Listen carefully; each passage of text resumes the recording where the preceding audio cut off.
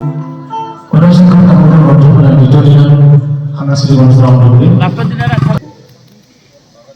আৰু দিনৰ আৰৈ বজাত নিৰ্বাচিত ভূপেন্দ্ৰ সংগীত আৰু সুলেখা বসুমতাৰীৰ গীতৰ প্ৰতিযোগিতা আৰু বড়ো ভাষাত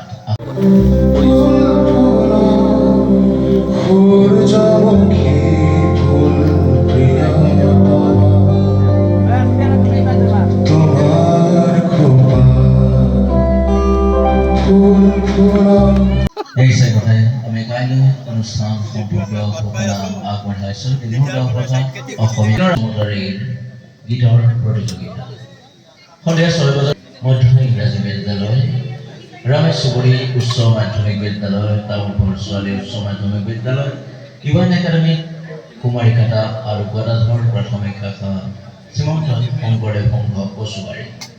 কাইলৈ সমগ্ৰ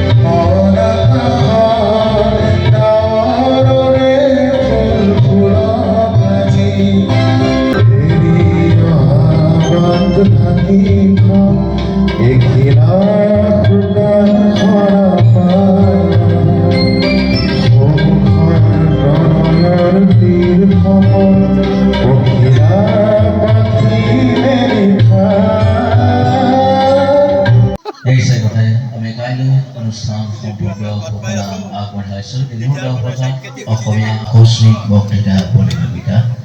প্ৰতিযোগিতাখনি 9ম শ্ৰেণীলৈ মুকলি থাকিব। দিনৰ 12 বজাত বড়ো আৰু অসমীয়া সাধু কোৱা প্ৰতিযোগিতা। দিনৰ 8 থাকিব। সন্ধিয়া 6 বজাত মধ্য ইংৰাজী বিদ্যালয়, ৰামেশ চুবুৰী উচ্চ মাধ্যমিক বিদ্যালয়, তামোলপুৰ ছোৱালী উচ্চ মাধ্যমিক বিদ্যালয়, ইউএন একাডেমী, কুমাৰীকাটা আৰু গদাধৰ প্ৰাথমিক শাখা, শ্ৰীমন্ত শংকৰদেৱ সংঘ কচুবাৰী। কাইলৈ সমগ্ৰ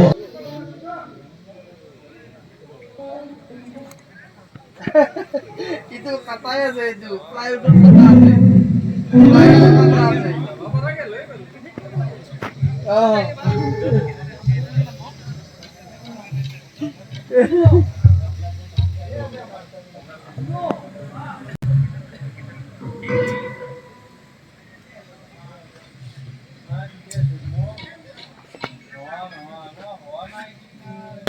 এয়া মঞ্চত বেদান্ত দাস তামোলপুৰৰ কণ্ঠশিল্পী।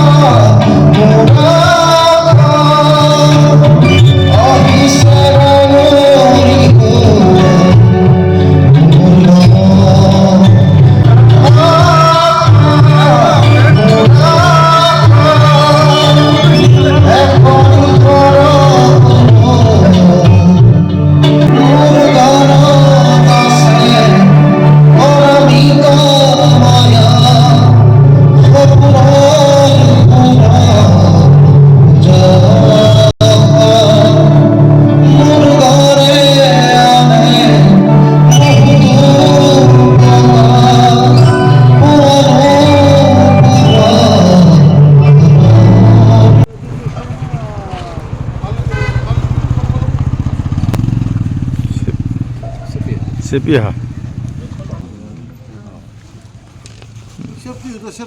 আৰু হয়, এইবাৰ 19 সংখ্যক তামোলপুৰ গ্ৰন্থমেলা আৰু এই গ্ৰন্থমেলাৰ জৰিয়তে আমি আমাৰ উঠি অহা নতুন প্ৰজন্মক সঠিক দিশত আগুৱাই নিয়াৰ কাৰণে আমাৰ যিটো আকাংক্ষা এই একাংশটো যোৱাকালি 17 ডিচেম্বৰৰ পৰা আৰম্ভ কৰা গৈছে আৰু ইয়াত বিভিন্ন কাৰ্যসূচীৰ জৰিয়তে আমাৰ উঠি অহা ল'ৰা ছোৱালীক আমি ইয়াত জড়িত কৰিব বিচাৰিছোঁ আৰু আশা ৰাখিছোঁ উদীয়মান ছাত্ৰ ছাত্ৰীসকলে এই অনুষ্ঠানৰ জৰিয়তে নিজৰ ভৱিষ্যত জীৱন গঢ়াৰ লগতে আমাৰ যিটো গ্ৰন্থ আৰু এই গ্ৰন্থৰ যিটো প্ৰয়োজনীয়তা মানুহৰ জীৱন যাত্ৰাত এই গ্ৰন্থই যিহেতু বাটকটীয়া আৰু এই গ্ৰন্থৰ বিকাশৰ জৰিয়তে আমি আমাৰ মানৱ সম্পদ গঢ়াত নিশ্চয় অৰিহণা যোগাব পাৰোঁ বুলি আমি বিশ্বাস কৰোঁ আৰু সেয়েহে যোৱা 2006 চনৰ পৰা আৰম্ভ কৰি আজি 2025 অৰ্থাৎ